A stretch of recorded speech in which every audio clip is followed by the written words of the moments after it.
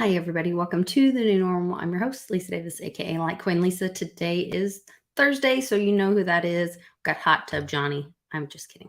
Litecoin Johnny. Johnny Litecoin on the other side. Give us a like, share the video. We'll be right back right after this.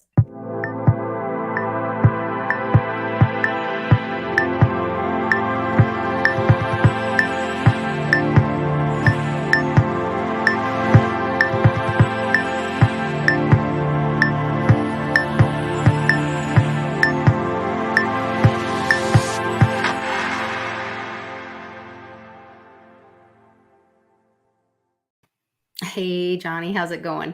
I got to do a show 1 week live from the hot tub. Live from the hot tub. You have to. It just cracks me up. I will never get that out of my mind where you're like, it's Hot Tub Johnny. So there's a writer's strike right now, but no loss for just the craziest stories in the media right now. And so much of our media has been written and handed to the producers, but they are just coming up with some of the craziest stuff right now. And I think that it needs to be filled with all this so that people will see it and wake up to see, who's really got your best interest at heart, because it's not them, right, Johnny?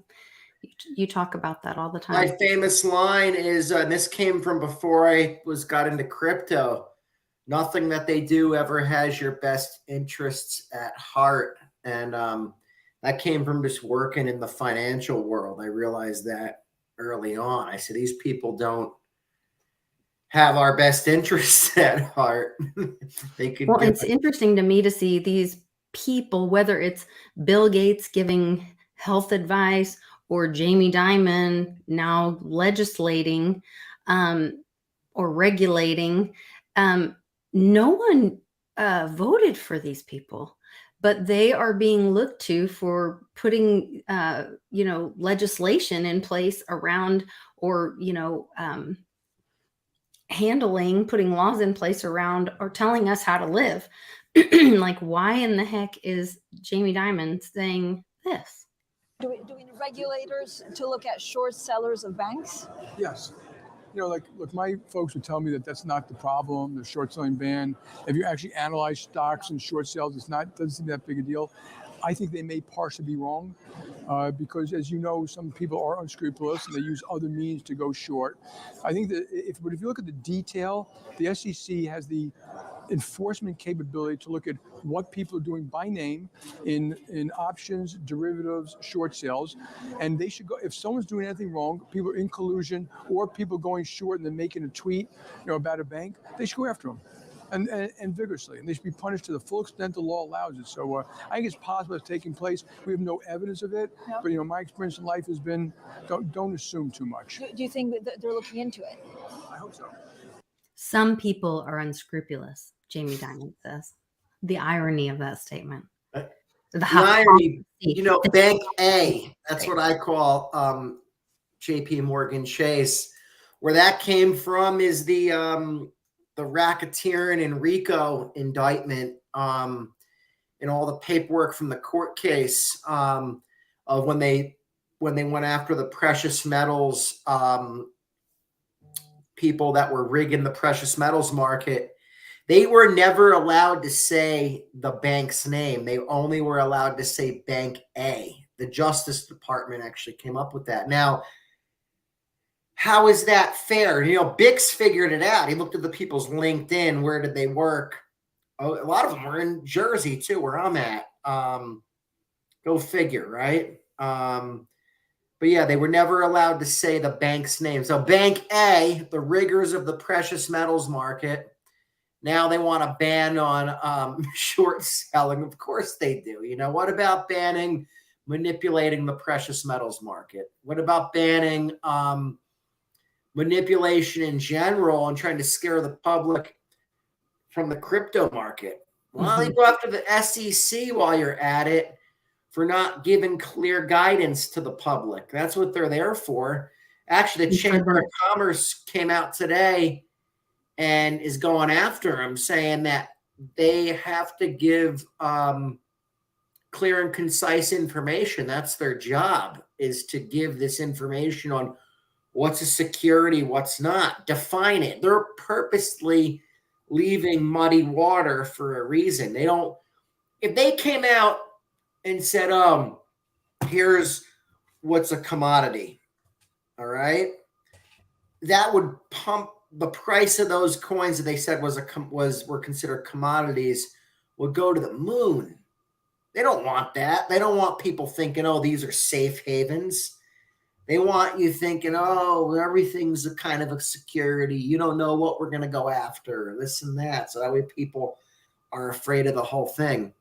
And this stifles innovation in America and makes it go elsewhere. And you're seeing, right now with over $10 million was being sent to 9 different Biden families, and from CCP and other countries. Well, if innovation is being run into other countries, that makes a lot of sense. Why things like that would be happening, that they're kind of all in it together. What other families are getting checks, as the Americans are paying for it all. This is that article that you tweeted or retweeted. The breaking news: the U.S. Chamber of Commerce calls out the SEC, saying their actions toward crypto regulation is not just harmful, they are unlawful. It is unlawful.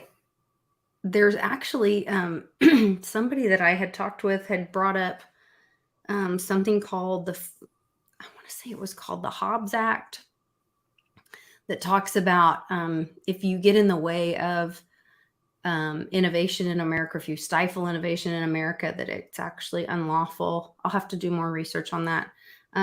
But this talks about the SEC's approach abridges related parties' right to fair notice and the public's right to notice and comment. The SEC's actions are not just harmful policy, they are unlawful, and the consequences of the SEC's continued delay are severe for that reason too. The SEC's unwillingness to announce the rules and the road, combined with its use of enforcement, I really should put some glasses on, actions to impose or threaten liability to, what does that say? Something conflicts with the due process clause and basic principles of administrative law. And the SEC's continued inaction on Coinbase's rulemaking petition compounds these violations. It's interesting they're just now doing this about Coinbase when so many other coins and companies have suffered for so long. I mean, they've run Veritasium, basically bankrupted it. They bankrupted Library. They bankrupted or destroyed so many other small businesses and companies. But now that it's Coinbase, I guess it matters. I like how they said rules of the road. This would be like the police giving people tickets for speeding, but they refused to put up the posted speed limit. And then when they were questioned about it, they just said, well, anything's speeding. What do you mean anything's speeding? Well, we haven't decided how fast we want this speed limit to be here yet. Yep. We can't give you that information kind of thing. So it's highly criminal. It's highly against. But at the end of the road, you should all come up to us with your logs of how fast you drove on it. And all your information about your car and everything else. And you should submit that to us. And then we'll decide if you were speeding. That's how they're actually doing it. Yeah. It's really sick how they're doing it. I mean, it's anti-American and just shows these 3-letter agencies, they're anti-American. This is not what America was founded on. America wasn't founded on have all these different government agencies it's too much. It's too much red tape. It's too much bureaucracy. Government's too big. There's too many government jobs. Like, this stuff needs to go away. This is as anti-American as it gets. The SEC should be the CCP. I mean, they're the same thing. They're both anti-American. What has the SEC done to help people? They were in bed with FTX. I mean, it just goes to show they're nothing they do has your best interest at heart. Gary Gensler knows when he was a professor at MIT, he came out clear and said, well, this is what's a commodity. This is what's not. Now that he's the head of the SEC, he's not sure. He doesn't know. He can't say. It's like that. What the hell is up with that? Yeah, he also said said this. One central monopolist with another central monopolist. A lot of commercial banks aren't terribly excited about that. Maybe you're going to have to give some ownership. Maybe you'll have to give 50% of your ownership to the 20 banks that are now, part of this. I mean, there are other ways to build incentive systems. Maybe you put a native token in there, and you give them the native token. So there may be other incentive ways to beat the current monopolist, and but.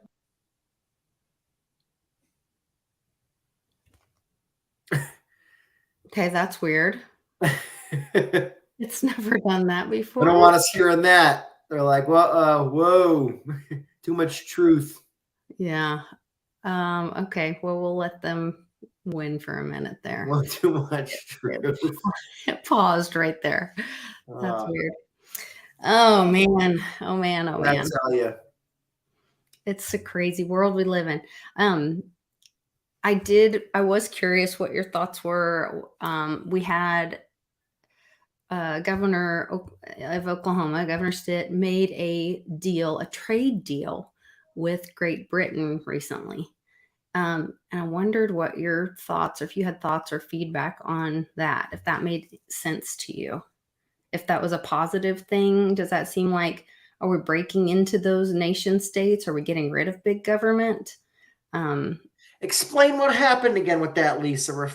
Give me a refresher. Yeah, I don't have all the details on it, but there was an article out that Governor Stitt made a trade deal with Great Britain to avoid the chaos in Congress and dealing with big government. So he leapfrogged over, where traditionally, I guess, our trade deals are done through the federal government to government.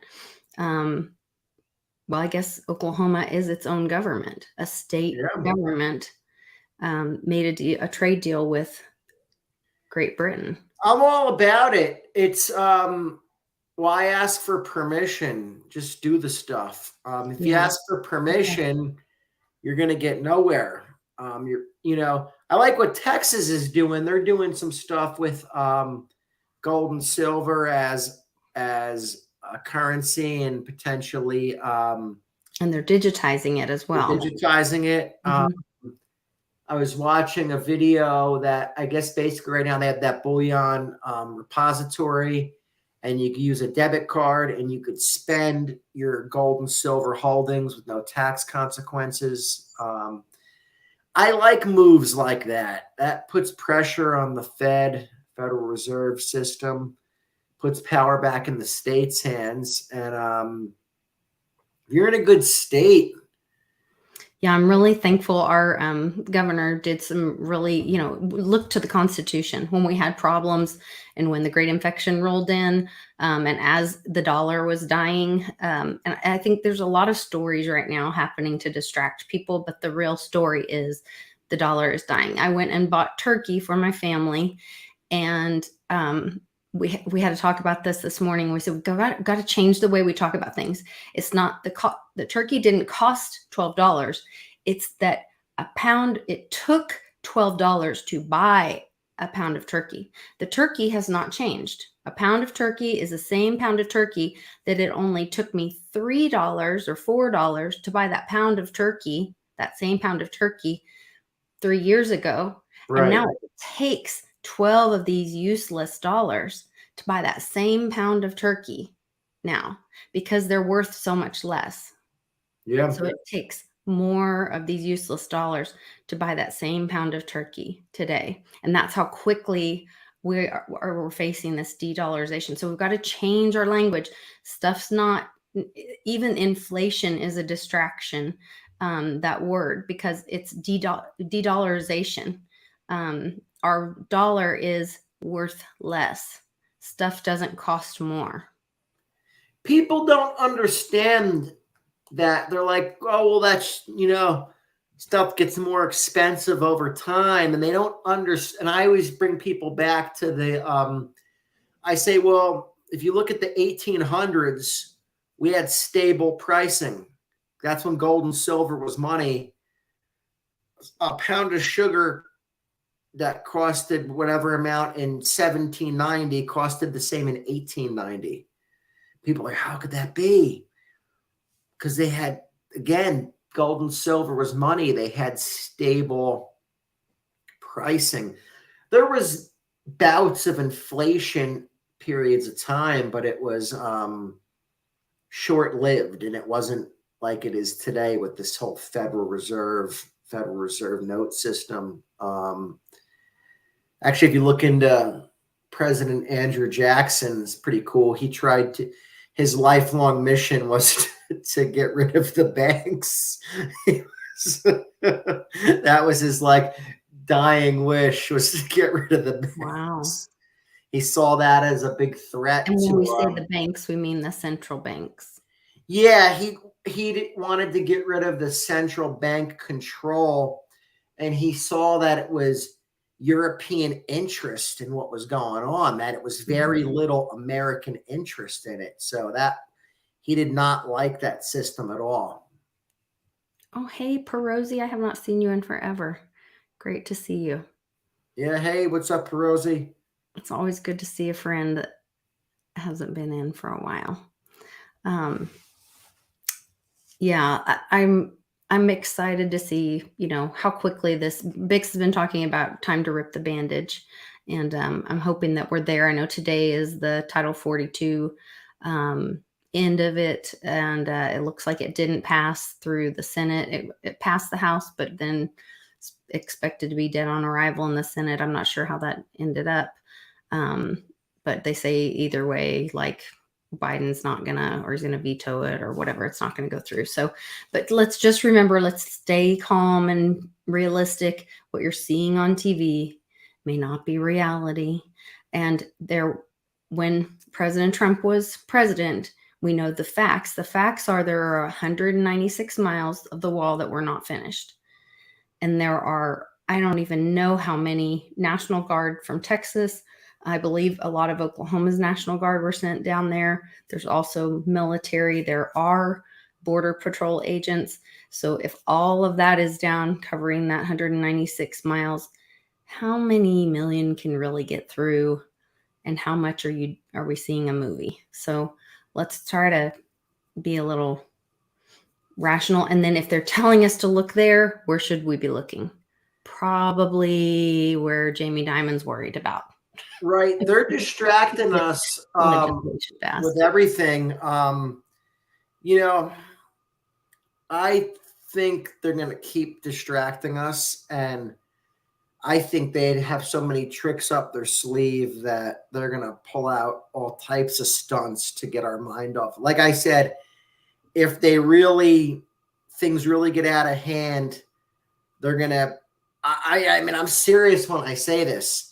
They're going to do a nationwide TikTok competition, and they're going to tell everyone there's a sweepstakes for the best TikTok video.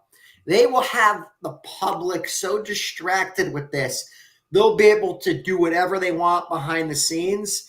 People will be they did with the hospital dancers or whatever. Oh, people are like, did you see my neighbor's TikTok video? Meanwhile, it's like, do you know what's going on right now? And that's when they'll roll out the new currency.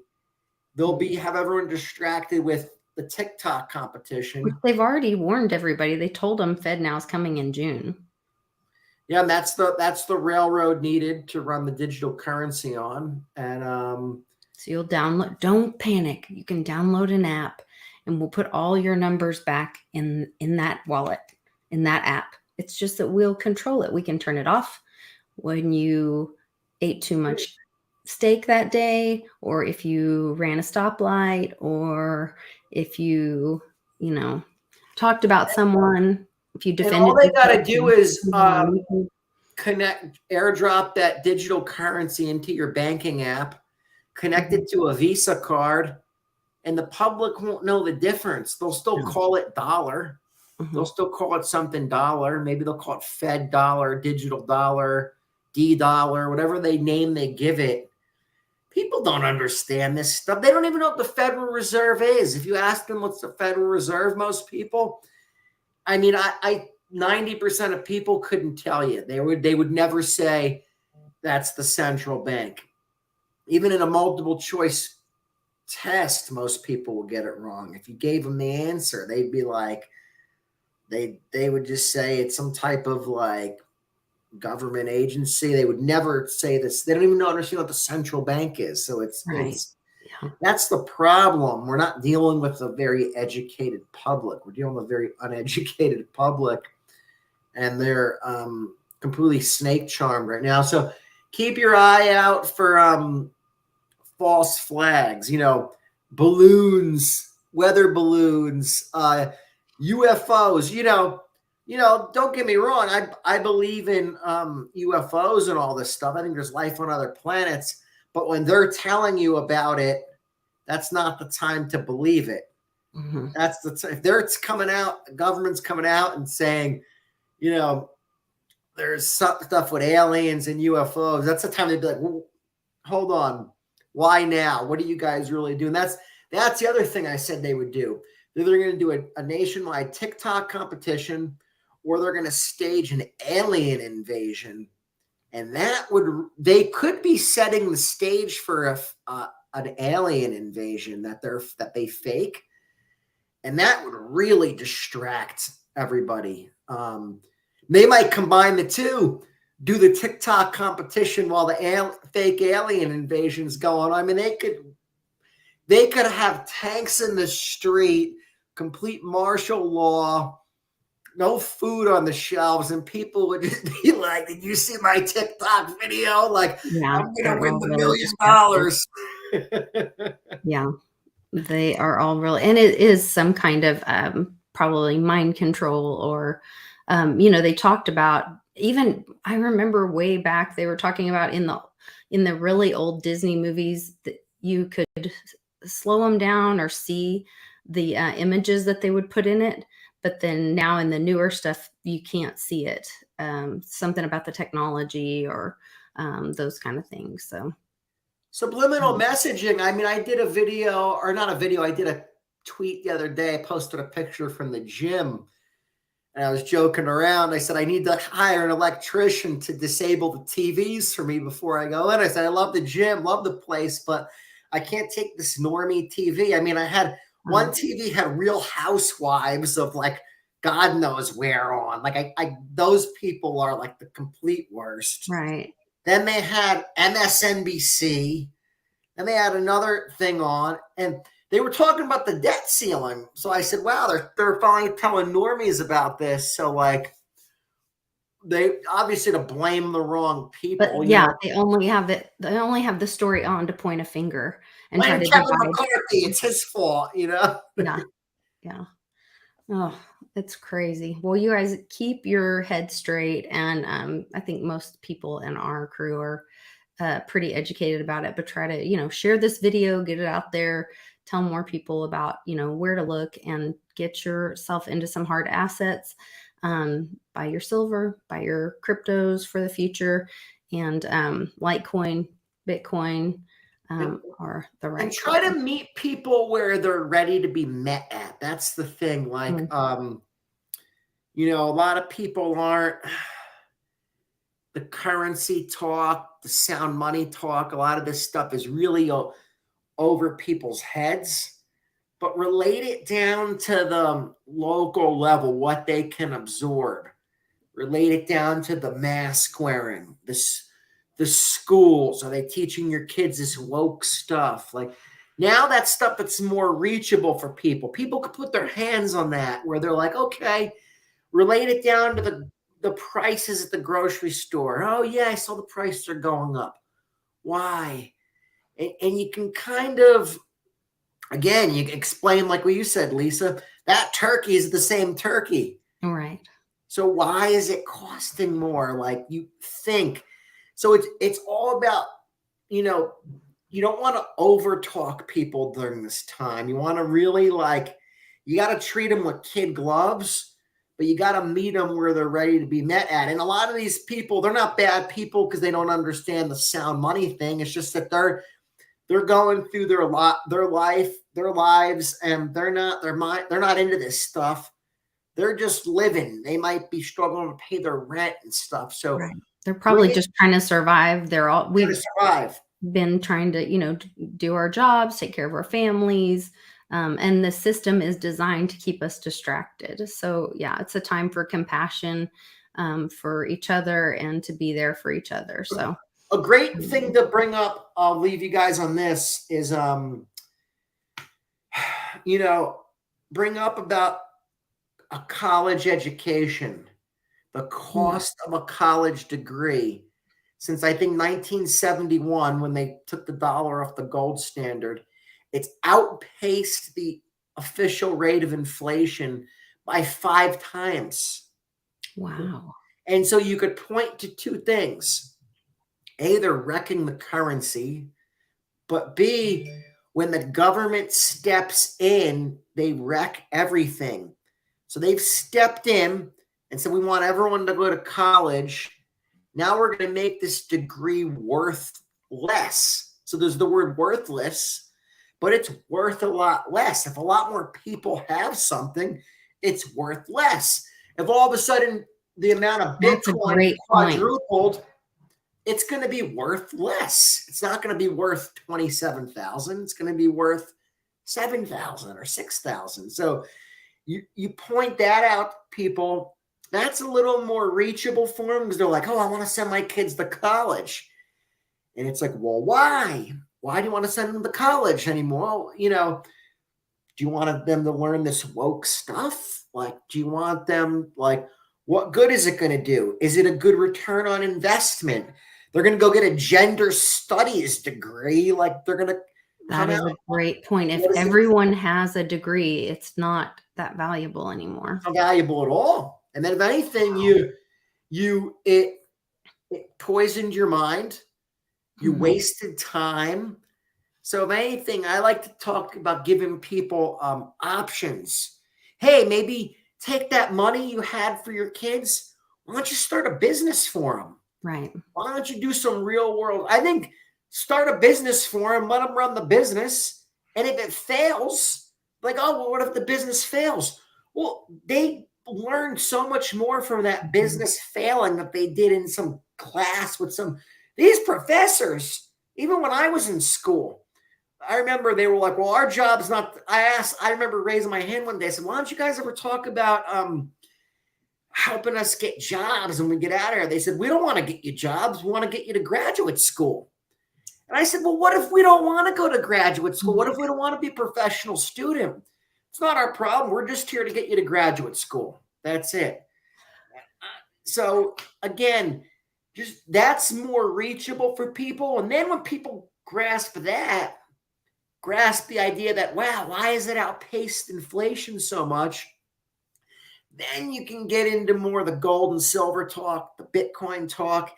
Then their mind's a little more open to it. That if you just hit them with it up front, they're like, well, why do I need this Bitcoin? It's a computer money. I like the dollar. And always explain one thing to people. Say, by us being in the Bitcoin or Litecoin or crypto, we're for cash. We're pro cash.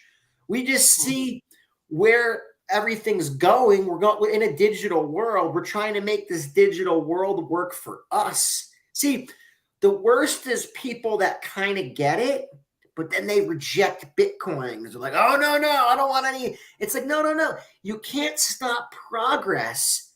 You got the right mindset at least, but we have to make tools that work for us. Don't resist this because you're so stuck in your ways. We need something that works for us in this digital world in which we live. You are right. And it's all about building for the future and, you know, and allowing people the freedom to choose. And ultimately, that's all you can do. You can educate and then allow people to choose their path. So That's I think it. Freedom of that's the way. choice. That's the way. Gotta let people choose. All right. Well, thanks for joining me today. I appreciate it. And you guys, thanks for joining us in the chat. I appreciate all of you guys. And we'll be back tomorrow with happy hour with Clint Westwood. So see you guys then. Take care. Later, guys.